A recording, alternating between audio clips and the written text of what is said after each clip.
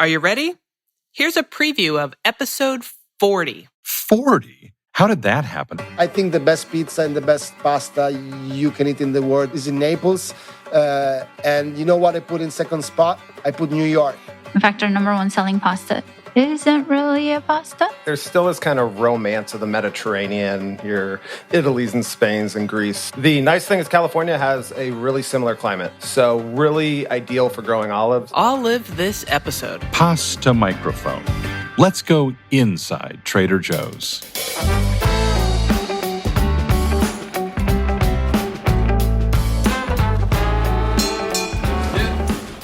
I'm Tara Miller, Director of Words and Phrases and Clauses. And I'm Matt Sloan, the marketing product guy. What comes to mind when someone says Mediterranean diet? Vegetables, fruit, beans, nuts, seafood. And a glass of red wine. what else? Pasta and olives. Today, we take a deep dive into the Mediterranean I see what you did there. for everything you want to know about pasta and olives. Professor Matt, please start us off with a brief history of pasta, aka the noodle. Okay, settle down, class. Let's see here. Any discussion of pasta, of noodles, is of course one of language. And while Yankee Doodle is absolutely the wrong place to start, since we're here, let's get on with macaroni. Now, they were not talking about mac and cheese. While those British people were making fun of Americans for sure, macaroni in that sense was a dandy, a late 1700s, let's say 1760s dandy, but really about sophistication, the height of British sophistication. I guess that's why they used a pasta term. Now, macaroni and cheese usually means like an elbow-shaped noodle, but what we're really talking about is what the FDA and other regulatory bodies call, quote, macaroni products, end quote. We're talking about pasta, and there's all this mythology that plays out. And of course, Marco Polo is involved, but I think most Italian people might say that noodles were around in Italy well before 1295 when Marco came back, supposedly with some Chinese noodles. Pasta has been all over the world since who knows when. Think about couscous. Think about noodles throughout Asian cultures. There's so much stuff happening, most likely in parallel. It's almost impossible to pinpoint a place. Even if I do love a good game of Marco Polo, it probably was not he who made lasagna what it is. In fact, lasagna, in its proto-Roman form, was what noodles were discussed and talked about way before that guy showed up. Whew. Okay. I'm just warming up. Where the heck did noodles come from? Probably what helped noodles travel around the world were those traveling people, nomadic peoples who liked the food and figured out how to dry early forms of pasta for easy transport and long-term storage. If you think about it, even contemporary pasta, it almost doesn't ever go bad once it's dry. We want to know all about pasta and olives from Jasmine. Hello, my name is Jasmine, and I'm the category manager of grocery at Trader Joe's. Jasmine, thanks for joining us again. It's my pleasure. It's nice to be back. How many different types of pasta do we sell at Trader Joe's? Oh, goodness. I'm pretty sure it's in excess of 30. Just in your category? Somewhere between 20 and 30. I haven't done the subcategory review for that one yet. Well, let's slide this time. So the majority of our pastas are made from wheat, semolina. So those are kind of the traditional pastas. And then we have a number of other products that kind of fulfill the dietary needs of some people who might be gluten-free, or maybe they're doing like a paleo diet or something like that. In fact, our number one selling pasta isn't really a pasta. What do you mean by that? Our number one selling pasta is the hearts of palm pasta, which is actually made from a vegetable. It's a pasta we can't even keep in stock because that's how much people love it. And we have an amazing, amazing value. I think a lot of people are kind of doing the low carb things. But those good old classic Italian pastas, those do huge numbers in unit volume. Yeah, I mean, we have, I think, 5 different types of spaghettis. We have a whole wheat, we have a semolina, we have a yellow lentil and rice one for people who are gluten-free, and then we have, for the semolina one, we have a conventional and organic, and now we're going to have a third one, which is a tricolor So we have, and that's We're just working on spaghetti? that. That's just Okay. spaghetti. Well, I think when the tricolor comes out, we'll have 6 spaghettis.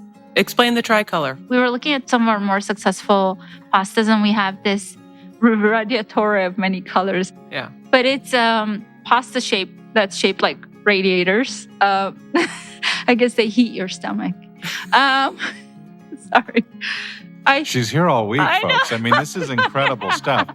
So that one is the same shape in 4 different colors. So we were kind of looking at some of our pasta assortment to see, where we could draw inspiration from. And we said, wait a minute, we don't have anything multicolored for long cuts. Let's break in with a retail jargon alert.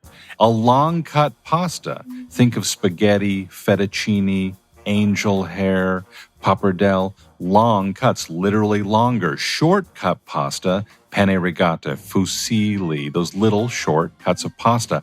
And I got the first production samples. I emailed the vendor and I said, how come this is all different colors? This one bag has more of the green and the red and the orange. And he said, I'm sorry, Jasmine, but this is like such an artisanal process that we can't even control. I said, why can't you make it, 33% of each? And he said, that's impossible because this is such an artisanal process. I'm going to use that excuse in the future when someone's like, this report makes no sense. It was an artisanal process. It truly is. I mean, I lined up maybe 10 samples, took an overhead shot. I sent it to him and I said, Antonello. I said, what's going on? He did say he was going to talk to his, quality assurance people to see if maybe they could get closer to it. 33.3. I'll let you know how that conversation went. It's Antonello walks over and he's like, can you believe these Trader Joe's people? He probably will. Yeah. A lot of our customers are kind of gravitating towards more unique cuts. So we have some really fun shapes coming in. One of them is fusilli cordi bucati, which is like a bucatini. With a perm. Like a spring, like curly hair. It's like a telephone cord if anyone knew what telephone Yes. cords still were. I don't think any other retailer in America has it. I haven't seen it. We also have a bucatini coming in as a limited opportunity because we have that really, really amazing limone Alfredo that we introduced during the winter. So we thought this would be a really, really great pasta to eat it with. We also have the cascatelli, which kind of looks like these beautiful waterfalls. The ridges are like really thick and it eats really, really well. Jasmine, this might be a good opportunity to talk with one of our other Italian pasta suppliers, not Antonello, but Piero. Oh, yes. I know him a little. 100% making the final cut. 100% it's in. Good morning. My name is Piero. How are you, Piero? Nice to meet you. I'm fine. What about yourself, Tara? So far, it's a pretty good day. Anything can happen, but we're off to a good start, Piero. Thanks for making some time with us.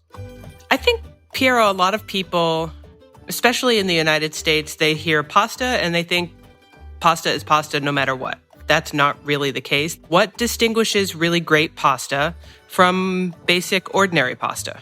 Let me say that it's all about ingredients. And when you talk about pasta, the ingredients are really, really simple. We're talking about durum wheat, semolina, and water. People and ingredients make the difference when you want to talk about a good quality pasta, for sure. It's definitely a combination of art and science. Piero, is there anything by way of involvement at the farm level working with the people growing the wheat? Is your company working closely with those growers? Yes, I mean, the biggest relationship that we have are with the millers. Once we received from all over the world, we give it to millers to be able to make the transformation between semolina and wheat and semolina. So many businesses are truly global things these days. So it sounds like you're sourcing wheat from all over the world. Do you have a particular point of origin that you try to go first, or does it vary from year to year depending upon each crop? You may think that pasta coming from Italy is all made with Italian wheat. In this, as you said, globalized world, is difficult to happen. The total volume of the Italian wheat could never be able to cover not only the Italian needs, but the worldwide needs of pasta. I'm wondering what it is about the water that's special. I think the best pizza and the best pasta you can eat in the world is in Naples. And you know what I put in second spot? I put New York. I put New York rather than any other places in Italy. And that's because I believe of the water. Water, it's to answer your question, doesn't need to be touched. It doesn't need to be refined. It's just simple water. That, I believe, makes a big impact. Sometimes when we're contemplating a new pasta here at Trader Joe's, we'll hear something about this particular pasta is a bronze dye is used in making this pasta, or a plastic dye is used in making this pasta. Can you explain what that means and what the difference is? And really, most importantly, why would anyone eating pasta care? Yep. Again, let's go back from when we started. Pasta has just 2 ingredients, durum with semolina and water. When water is mixed with semolina, the dough obtained is passed through a dye. As simple as that. Dye can be made of bronze. And the second material, Tara, is not plastic, but is Teflon. The 2 types of dyes create 2 very different products. Producing pasta with a bronze dye rather that with a Teflon dye is way more expensive. There are 3 mainly reasons. First of all, the production is lower. Second, the raw material has to be for sure of a higher quality due to a higher pressure on the pasta dough. And then bronze dye wears out much quicker than Teflon dye. Bronze pasta is more has a more let me say porous texture, while Teflon pasta is more smooth. Talking about color, probably bronze pasta is more opaque, while Teflon is more shiny. Bronze keeps a strong aroma of wheat, while Teflon has a less aroma of wheat. Bronze pasta, I would say that binds better with sauce. If you are in a household and you have time to cook pasta, you're not in a rush, you may go with a bronze dye pasta. If you are, let me say, not in a rush, but you want to go faster, or you prefer maybe a shiny color of the pasta rather than opaque, you can go with Teflon.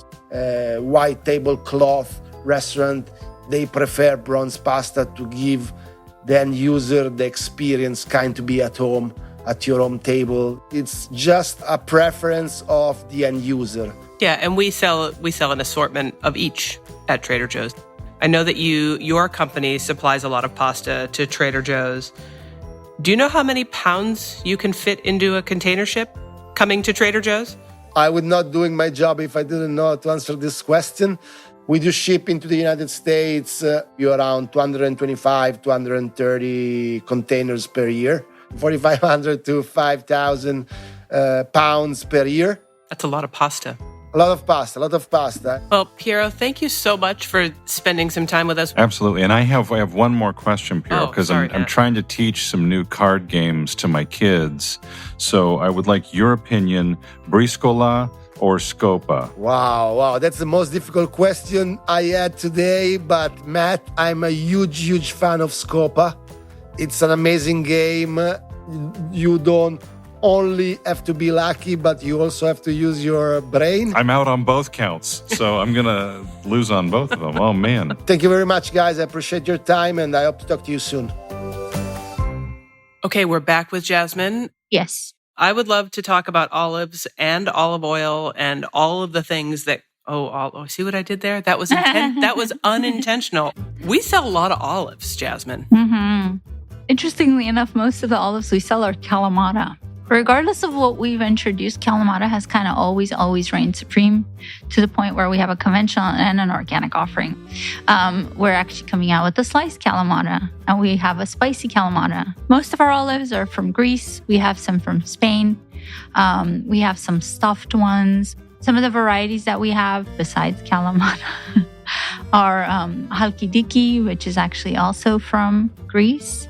And then we have the Bella di Cerignola, which are these kind of huge green olives that have a firmer texture with the pits. And those are the Italian olives. We also carry some California olives. We have 3 versions, sliced black olives, black whole olives, and then green ones, which are fresh packed. They're packed like within 24 hours of harvest. I used to get a can of those olives in my stocking at Christmas when I was a kid. The green or the black? The black ones. That'd be like getting coal when I was a child. But okay, I love these little snacking olives that we have. And what's up with that vacuum sealed package, and how did that come about? Because it's kind of odd, and I hadn't seen those before. When our developer was kind of looking for some snacking options within grocery, these kind of resonated with us because a lot of people at the time were also pursuing that kind of paleo, low carb kind of diet. What if it's just people who like olives? Do you have to be a cave person? You don't have to be a cave person. Let's talk about olive oil. Let's do that. Not the girlfriend of a particular sailor. You had to go there. You had to go there. I had to go there. We're a limited assortment store. Yes. And I kind of feel like that's true for every part of the store except olive oil. We have 13. We realized there was some duplication. So you'll see fewer. Spain are they still the world's largest producer of olive oil? Yeah. So what's interesting is when I've surveyed people who, just friends and colleagues of mine, and I asked them where they think, most of the world's olive oil supply comes from. A lot of them still cite Italy or Greece. 50 to 60% of the global olive oil supply comes from Spain. Interestingly to me is that the United States is currently like 15th in the world for olive production. And is that out of 15 countries that produce olives? No, that's out of the whole world. Okay. That's out of the whole world. And I was kind of surprised by that because you can't grow olives in most of the United States because the climate is just not right. So most of that is coming from California. We thought it might be a good idea to talk to the supplier of our extra virgin olive oil from California, and you, once again, were kind enough to arrange that conversation for us. You guys are going to talk to James, who is an absolute expert. Jasmine, thank you so much for being on the podcast. I love talking to you guys. As they say, pasta la vista. My name is James. I run sales and marketing for one of the suppliers of the California extra virgin olive oil for Trader Joe's. Hey, James. California is a really great place for growing olives and making olive oil. Why? There still is kind of romance of the Mediterranean, your Italies and Spains and Greece. So that's where, for thousands of years it's been grown. The nice thing is California has a really similar climate, especially in the northern Sacramento Valley. So really ideal for growing olives. You have dry, warm summers and autumns, and then cool, wet winters. Started back with the missions. We're still putting groves in the ground today, so we've had all the years of learnings and findings, and we can now plant them on properties we seek out and align to be harvested mechanically. That gives us a advantage of being able to harvest them fast, get them into the factory fast and into oil as quick as possible. That is one of the big advantages of California is how quickly we can do it with the modern technology versus having them sit around in trucks or bags or waiting for your turn at a co-op mill or whatever. We can get it through the process really quickly. When you take sort of that new world leap, while you might just blow right past some of the more romantic notions, sort of these postcard images, it's fascinating to think about time as an enemy of good olive oil. With the Trader Joe's California extra virgin, on average, we're taking the olives from the tree in the groves and into oil in approximately 4 hours. Because as soon as you pick that fruit, it's going to start to degrade. It really is the juice of the fruit, the juice of olives. So just like an orange juice, if you pick nice, ripe, fresh oranges and you turn them into juice, you're going to have a great orange juice. Same with olives. Let's talk specifically about the Trader Joe's California extra virgin olive oil. What kinds of olives are used in the making of that oil? It's more built off a profile than a varietal. That what we want to be able to do is create that profile over and over and be able to replicate it. So we really don't highlight the varietals that are in there on the label because it limits us to provide the best oil all year long. But with that being said, it really is Arbequina and Arbesana are the two primary varietals that go into this. If there's another varietal that we can put in there, we're going to do that to hit that profile. You want that same great flavor on a consistent basis. And thank goodness for you and your team doing it. Thank you. Yeah. It's fun doing it too. I just thought, you get some olives and you squeeze them and that's it. Once the oil is in the bottle and, it's sealed and it's capped and it's on the shelf, will that flavor change over time? Yeah, absolutely. It will start to lose some of the value why we're buying it, why we're going for extra virgin, the benefits, the flavors. We do keep all of our oil in proper storage year-round and bottle to order. When Trader Joe's needs it at shelf, we're going to be bottling it there. We hold very little inventory in bottle. Once it gets into the bottle, those are kind of the three enemies of olive oil. It's heat, oxygen, and light. So those are what we're trying to avoid. Ours is in a dark greenish glass to block out as much light as possible. If it's kept at room temperatures, again, you're going to hold it longer.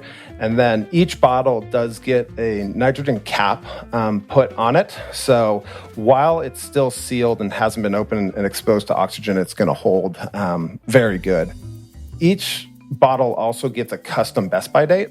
In-house, we've got a third-party, fully accredited laboratory who does testing for all of the batches of oil. And those Best By dates are going to look at the state of the oil when it's being batched, and it'll tell you how long until it's not extra virgin. They can rest assured that if it's sold and purchased by that Best By date, it's extra virgin and it's great.